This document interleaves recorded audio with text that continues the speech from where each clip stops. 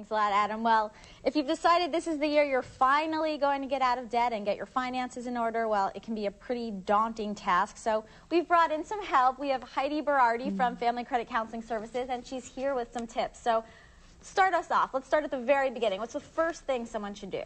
Well, obviously, with the average consumer spending $1,000 during the holidays for various expenses, this is the time of year where our phones start ringing, and we have people calling us to discuss budgeting and credit issues. And probably the most motivational thing that anybody can do to start their New Year's resolutions right in terms of their finances is to set what we call a big goal. So a big goal would be something like, this year I'm going to spend set a goal to save $1,200 this year, or this year I'm going to pay off 3 of my 5 credit cards.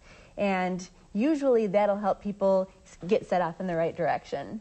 So don't try to do it all at once, you're saying? Well, I think what's important for people to remember is that they should take baby steps. So maybe they'll say, this month I'd like to make more than the minimum payments on my credit cards, or this month I'll try to save $100.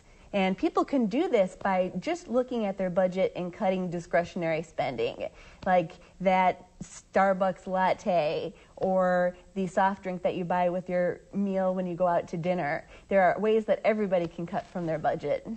And now what if you start to get off track? I mean, I know, maybe you decide you're going to get that latte, or it's someone's birthday coming up. You buy that extra present. How do you get back on there? Or what else do you cut to try to make up for that? That's a really good question. And as we were sitting at the end of this year thinking about ways that we can help consumers, Family Credit Counseling has actually developed a site called Stop, Think, Save. And Stop, Think, Save is equipped with many different tips as to where you can cut your expenses. It's sort of like speaking to a credit counselor but not having to pick up the phone. And in that site, there's actually a tool, a credit card sleeve that we've developed, and you can put that sleeve over your credit card, and on it it says, stop, put me away, your goals are more important than this. And a lot of people are finding that's a helpful tool just to remind them that maybe that latte isn't as important as saving for your child's college education, for example. Now, this might be a really elementary question, but what about for people who really have never done any of this, who haven't made a budget? Well, if you How do you start, I guess? If you have never done something like this before, it's very important to list all of the factors that come into your financial circumstances.